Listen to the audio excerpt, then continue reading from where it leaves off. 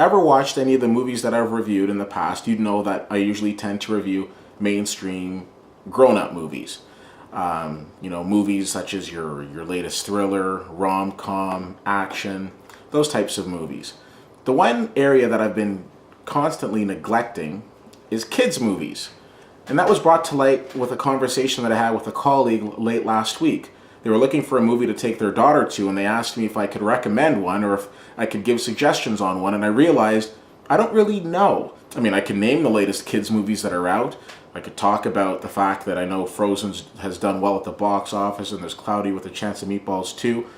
But other than that, I really couldn't lend much because I haven't gone to see any of these movies. Now, I don't have kids, and I do have an absolutely adorable nephew, but he lives in another city.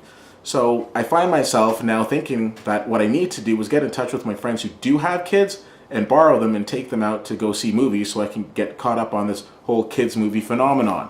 And that was pretty much the case today, as I ended up going to see the Lego Movie. That's right, the Lego Movie. Now, this is going to sound pretty bad, but one of the things that really impressed me about this movie is the entire movie is with Lego pieces. Now, for most of you, you probably look at me and say, well, duh, obviously it's with Lego pieces. Didn't really think about that, because I don't necessarily think I saw the trailer for this before I went to see it. But nonetheless, there I was, seeing probably the first kids movie that I've seen in years. Now, of course, being a movie with Lego pieces, you can't exactly have actors, so you've got fantastic voiceovers by actors such as Pratt, Elizabeth Banks, and the godfather of all voiceovers, Morgan Freeman. So the movie is about this Lego piece, or this person in the Lego world named Emmett. Now, Emmett very much flies underneath the radar. He's something of a loner. He tries to fit in, but really doesn't.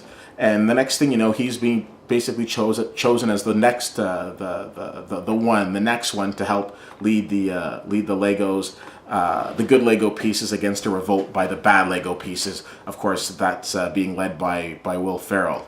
One of the things I really liked about this movie is it appeals to both audiences, being kids and being adults. And adults who don't usually tend to go and see kids' movies. I found myself laughing at this and then kind of looking around and saying, oh good, there's other adults that are laughing too, I'm not the crazy one. And to show the popularity of this movie, all the little people in the movie theater seemed to really enjoy it as well. So I think if they were here, they would be giving it a big thumbs up as well. Now, I definitely recommend this movie, especially if you have kids and you're looking for a nice, friendly movie to go and take your kids to. The theater was packed and there was a huge lineup ready to refill it after the showing, and I have to say, I can definitely understand why. Lego Movie is a definite crowd pleaser and I really enjoyed it. I have to say, I think I'm completely missing out on this whole kids movie phenomenon. I'm giving this movie a B+. As always, you can check me out on Twitter at CFL_fan, at facebook.com/WittyWhittier, that's the Facebook page, and of course, WittyWhittier.com is the website.